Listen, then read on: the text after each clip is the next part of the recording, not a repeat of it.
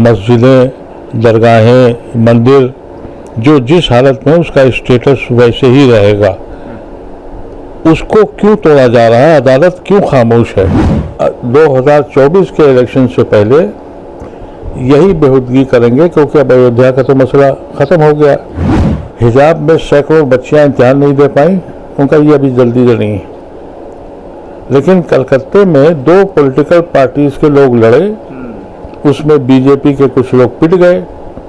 अदालत ने कहा ये बहुत ज़रूरी है। इसी 90% मुसलमानों ने वोट दिया अखिलेश यादव को, और उसी की स्टेट में एक बदमाश खड़ा होकर मस्जिद के सामने कह रहा है कि तुम्हारी औरतों के साथ बलात्कार करूँगा। कोई बयान आया? हमने आज तक नहीं सुना कि आप नमाज पढ़ रहे हैं, आपकी नमाज नहीं पढ़ने देंगे, 40वां पढ़ेंगे। हमने कहीं दुनिया में ये नहीं देखा कि हम बुलडोजर चलाएंगे तो मखसूस कम्युनिटी पे ही चलाएंगे। ये जो पॉलिटिकल पार्टीज हैं जो सो कॉल्ड अपने को सेकुलर कहती हैं, इनको अदालत जाना चाहिए था। लेकिन ये भी अपने वोट की खातिर कि वोट हमको ना मिले। श्रीलंका में क्या हो रहा है, उससे बुरा हाल हिंदुस्तान में हो अगर ये मियाँ की फोटो न लगाए। एक फैसला कर लीजिए कि हमको नेशनल मीडिया देखना ही नहीं है, कुछ भी कर लो।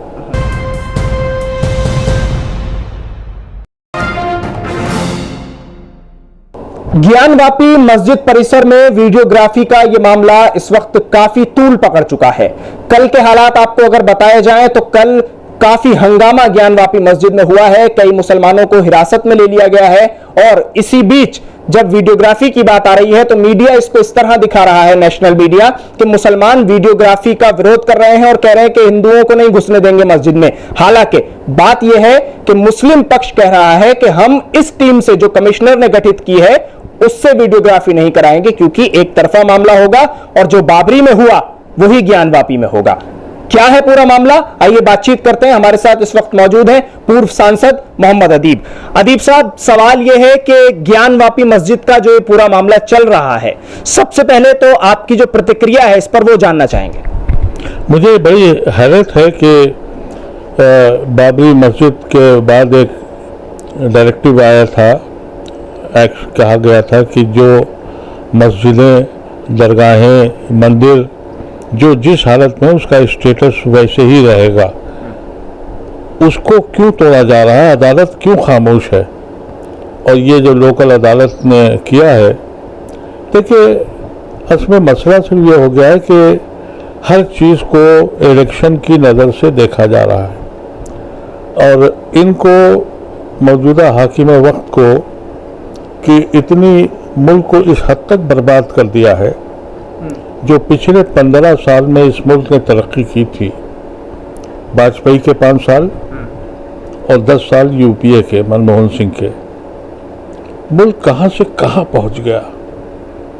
आप तसव्वुर नहीं कर सकते कि आज से 20 साल पहले आपको सड़कें नहीं थी, कहीं कोई कम्युनिकेशन नहीं था, बिल्कुल एक बंजर देहात की तरह दिल्ली था। यहाँ बैठे उस सब का कोई एक काम बता दे कि इस पिछले 8 साल में एक काम ऐसा हुआ हो जिसको हम ये कह सकें कि इस मुल्क में डेवलपमेंट हुआ है। अब उसको छुपाया कैसे जाए? वो इनका जो आइडियलॉग है चाणक्य, वही कहता है कि अपने ऐप को छुपाना है और हुकूमत चलानी है तो एक दुश्मन को क्रिएट करो। अब एक दुश्मन उन्होंने क्रिएट कर दिया कि मियाँ है। इस मुल्क की सारी बर्बादी मुसलमानों की वजह से है। अनफॉर्चुनेटली ये क्या हुआ, ये जब इंसानों के दिल में आ गया और जो दूसरी पॉलिटिकल पार्टीज थी उनको भी ये समझ आ गया कि भाई मुसलमान से दूर रहो, हिंदू वोट हमें मिलेगा। इस सब का बिगाड़ की वजह से फ़ायदा इनका हो गया। अब ये अभी पेट्रोल देखिए कहाँ पहुँच गया, गरानी और बढ़ गई, इन्फ्लेशन बढ़ गया, हर रोज़ ये खबर आ रही है। इसको छुपाना है। तो अब 2024 के इलेक्शन से पहले यही बेहूदगी करेंगे, क्योंकि अब अयोध्या का तो मसला ख़त्म हो गया। अब उसके अंडे इन्होंने 10, 15, 20 साल खाए। अब मुर्गी खा गए, भाई खा लिया, अब चलो बना लिया, तुमने क्या कर लोगे। तो अब इसके तरफ फिर मथुरा की तरफ। इनको सिर्फ और सिर्फ हुकूमत चाहिए। मुल्क चाहे तबाह हो जाए और वो तबाही की आखिरी सतह पे आ चुका है। आप देखिए बगल के मुल्कों में क्या हुआ। इमरान खान वहाँ पॉपुलर प्राइम मिनिस्टर था, गरानी की वजह से और महंगाई की वजह से, अनएम्प्लॉयमेंट की वजह से बाहर का रास्ता देखना पड़ गया उसे। वो लाख कहता रहे अमेरिका ने कराया, लेकिन पब्लिक ने कहा भाई तुम नहीं चला पाए।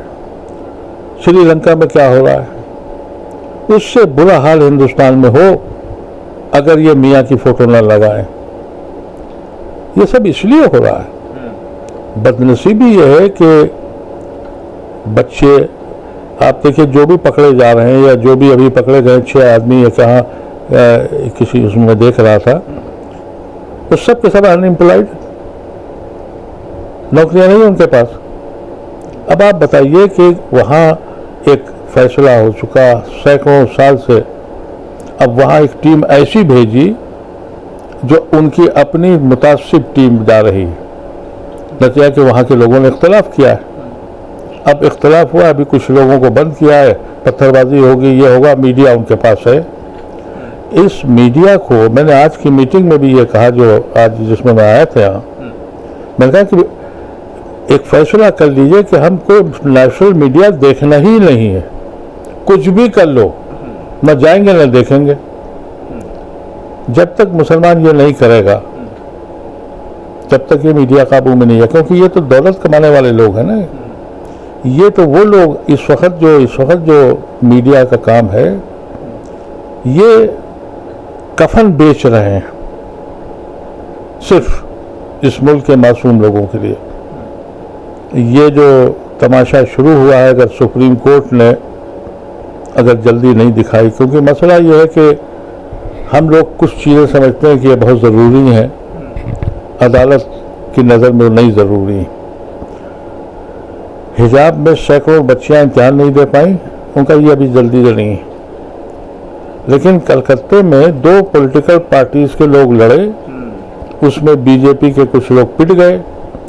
अदालत ने कहा ये बहुत ज़रूरी है, हम संज्ञान लेंगे इसमें। मीडिया में अर्नब गोस्वामी, इतवार के दिन कहा गया कि हम संज्ञान लेंगे। ये बहुत बड़ा जर्नलिस्ट है, और एक जर्नलिस्ट जो केरल का है, 2 साल से जेल में है, वो उनके लिए इमरजेंसी नहीं है। 370 एक कानूनी मसला था कि आप किसी स्टेट को चेंज करेंगे उस असेंबली की अप्रूवल से। असेंबली थी नहीं, सेंटर ने एक तरफा फैसला करके कश्मीर को स्टेट से और यूनियन टेरिटरी बना दिया। अदालत के लिए इमरजेंसी नहीं है ये, अभी सोच रहे हैं। अब वहाँ जो कुछ हो रहा है, जब ये शक्ल पैदा हो जाए कि अदालत अपने हिसाब से तय करे कौन सी इमरजेंसी है कौन सी नहीं है। मैंने एक मुकदमा दायर किया सुप्रीम कोर्ट में। सुप्रीम कोर्ट ने ये कहा, इनका डायरेक्टिव है 2018 का, जस्टिस मिश्रा का, कि अगर कोई इंडिविजुअल या कोई गिरोह माहौल को ख़राब करता है और बदमाशी करता है और माहौल ख़राब हो सकता है और उसकी कंप्लेंट है, तो पुलिस को एक्शन लेना चाहिए। नहीं लेंगे तो कंटेम्प्ट ऑफ कोर्ट होगा। आपको पता ही है, आपने कवर भी किया है, गुड़गांव में नमाज के मसले पर एक 15-20 लोग आदमियों का, दंगाइयों का एक गिरोह, वो कह रहा नमाज नहीं पढ़ने दूंगा, और वहाँ बल गदर मचाया। हमने उसकी एप्लीकेशन दी, कंप्लेंट लगाई, उनके वीडियो लगाए। नतीजा ये हुआ कि सुप्रीम कोर्ट ने लगा दिया। सुप्रीम कोर्ट ने कहा कि हम इसको अर्जेंटली लेंगे, एक्सेप्ट भी कर लिया। अभी 4 महीने हो गए नहीं, और बरखलाफ इसके मेरे ऊपर और मुकदमा दायर कर दिया कि मैं मुल्क को तबाह कर रहा हूँ। ऐसी फिजा में, ऐसे माहौल में ये मुल्क किस सिमत जा रहा है। प्रदीप साहब, एक सवाल ये भी है कि जिस तरह ज्ञानवापी का ये पूरा मामला शुरू हुआ है और नेशनल मीडिया ने इसको उठाना शुरू किया है कि अब काशी, मथुरा, पहले बाबरी, तो क्या मैं ये पूछना चाहता हूँ कि वही चीज़ दोहराई जाएगी, उसी का माहौल बन रहा है जैसे बाबरी के वक्त में हुआ था? बिल्कुल तैयारी उनकी वही है, क्योंकि आपको याद होगा मथुरा में भी किया था, लेकिन मथुरा में वहाँ के एडमिनिस्ट्रेशन की कुछ समझ में ज़्यादा आ गया, उनकी समझ में आ गया ये। लेकिन मुश्किल ये हो गई है कि यहाँ जो हैरत अंगेज है कि जब एक स्टेटस को है उसके इंस्ट्रक्शंस हैं, तो दखल अंदाजी किस बात की? यही हैरत की बात है। स्टेट एक डिस्ट्रिक्ट कोर्ट जो है वो ये फैसला ले रहा है, हाई कोर्ट और सुप्रीम कोर्ट खामोश है।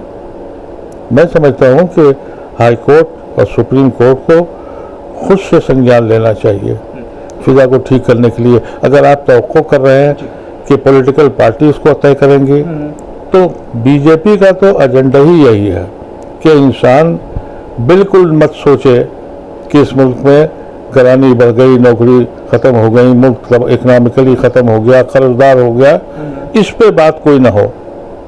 इसीलिए ये करते रहेंगे। लेकिन मुझे बड़ी हैरत है कि ये जो पॉलिटिकल पार्टीज हैं, जो सो कॉल्ड अपने को सेकुलर कहती हैं, इनको अदालत जाना चाहिए था। लेकिन ये भी अपने वोट की खातिर कि वोट हमको ना मिले।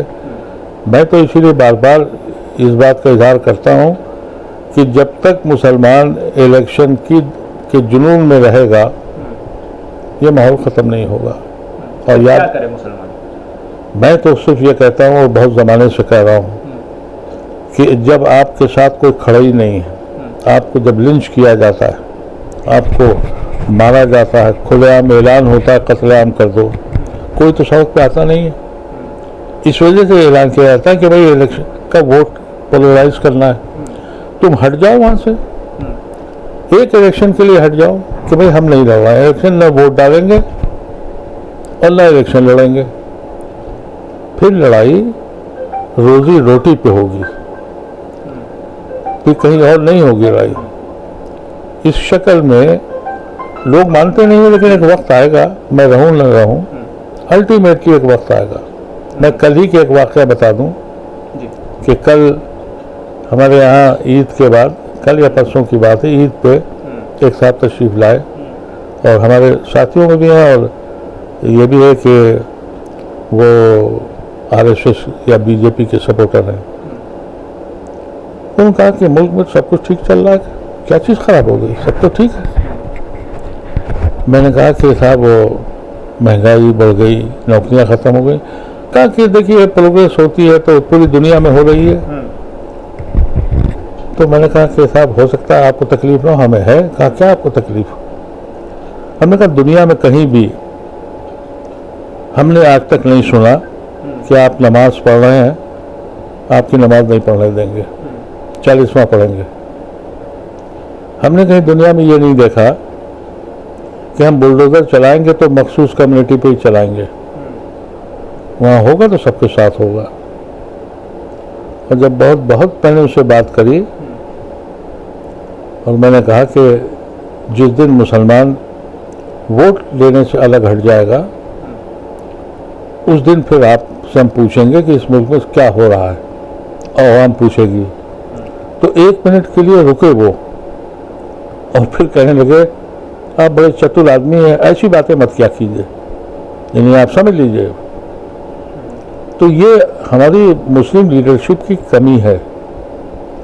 वो समझता ये है कि इलेक्शन ही ज़िंदगी है। मैं समझता हूँ इलेक्शन के बाद भी कोई ज़िंदगी है। तो यानी अगर इलेक्शन ही सब कुछ ना रहे मुसलमानों के लिए तो मसाइल हल हो सकते हैं। देखिए आपके लिए इलेक्शन उस वक्त सही है जब आपके लिए पॉलिटिकल पार्टी भी खड़ी हो।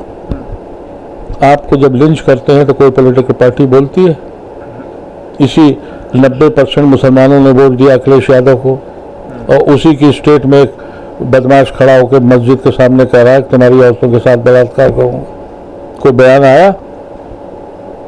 जरा दलित के खिलाफ कह के देख लीजिए, सब फान पड़ेंगे। एम्पावरमेंट अगर किसी ने हासिल की है इस मुल्क में तो वो दलितों ने की है, और सबसे ज़्यादा इररिलेवेंट कोई कम्युनिटी और बेहिस कोई कम्युनिटी है तो वो मेरी कम्युनिटी है। ठीक, शुक्रिया अदीब साहब पूरे मुद्दे पर बातचीत करने के लिए न्यूज़ मैक्स से। हमारे साथ पूर्व सांसद मोहम्मद अदीब मौजूद थे। उन्होंने साफ तौर पर यह बात कह दी है कि अगर हालात यही रहे और मुसलमान एकजुट होकर आवाज नहीं उठा पाया तो फिर से जो ज्ञानवापी है वो बाबरी की शक्ल इख्तियार कर लेगी। दिल्ली से न्यूज़ मैक्स के लिए साहिल नकवी।